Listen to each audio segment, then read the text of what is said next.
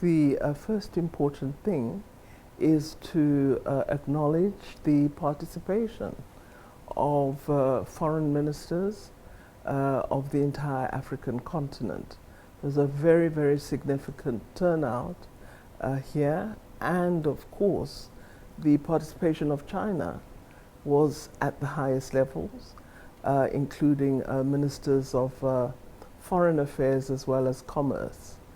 Part of the successful aspect is, I think, the cementing of the idea that the Forum for China-Africa Cooperation has become an important platform of advancing the development cooperation between African countries and the government and people of China. And that this cooperation is taking a wide range of forms, but that linked to it is an independent definition of projects by African countries.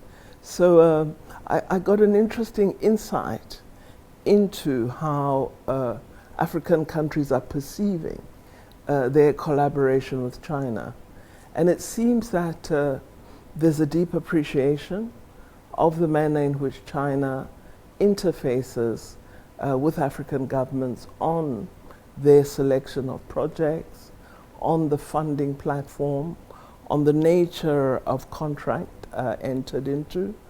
I was able to speak to several colleagues about their experiences, and from a number of countries I got quite positive feedback. So clearly this relationship is thriving, and countries believe and state that they are getting infrastructure that they need, from roads to bridges, to railways, to carriages, to renewed airports. So a wide range of infrastructure being provided, but ongoing concern that, listen, Agenda 2063 says we should diversify, says we must industrialize, says we must develop manufacturing capability. As we are setting about practically implementing this collaboration, are these aspects being addressed? And I think there was a view that as we have these discussions, let's look at those issues, because we cannot just have projects implemented and concluded without seeing industrialization, without seeing plants coming into being. So I think there are more detailed aspects of the collaboration that will probably form part of future conversations. But clear, the summit agreements of 2018, where President Ramaphosa and President Xi Jinping were chairs of the summit, those 8 deliverables that were agreed are being pursued by the various countries. Well, from the interventions that we heard during the plenary session, there is a great deal of satisfaction. In fact, what we were getting was an appeal for more, a call for more to be done, for more rapid progress on some of the initiatives. But clearly every country that spoke had a set of initiatives that were underway. So definitely there's movement. Well, firstly, we appreciated the seriousness with which China is taking FOCAC and its partnership with the African continent.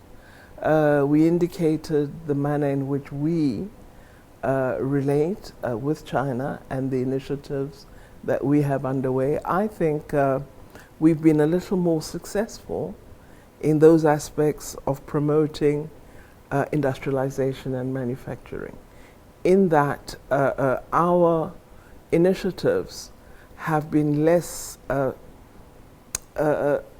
centered around infrastructure delivery, but much more looking at company formation as well as job creation.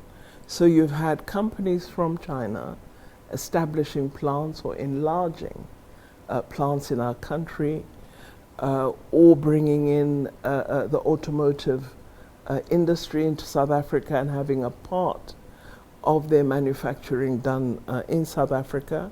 And linked to that, there's small and medium-sized enterprise companies that are South African, which produce components that become party to that economic relationship. So I think our model is a bit different and to some degree speaks to what some of the concerns were. We're already addressing that. And then issues that we've raised concerns about previously relate to the imbalance, of the trade relationship, where we are receiving large export numbers, amounts of export, and not enough that is produced in South Africa is going out. That's beginning to be addressed with the recent trade deals that were signed between South African companies and a large delegation of Chinese companies just a week ago exactly.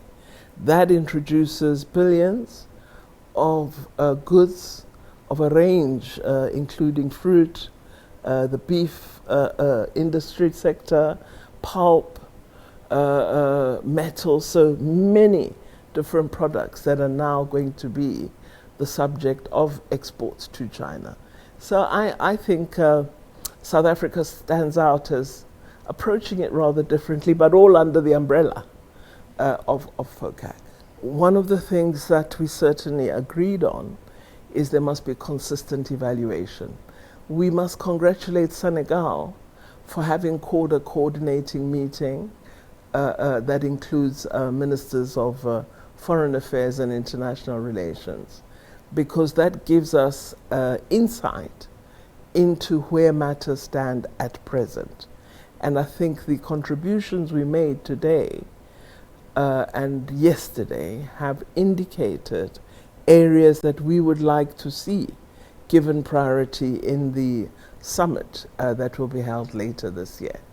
And one of the areas we agreed upon was certainly that we must monitor, we must ensure that there is implementation, and we should really focus on those 8 commitments that were made by China in the summit of 2018.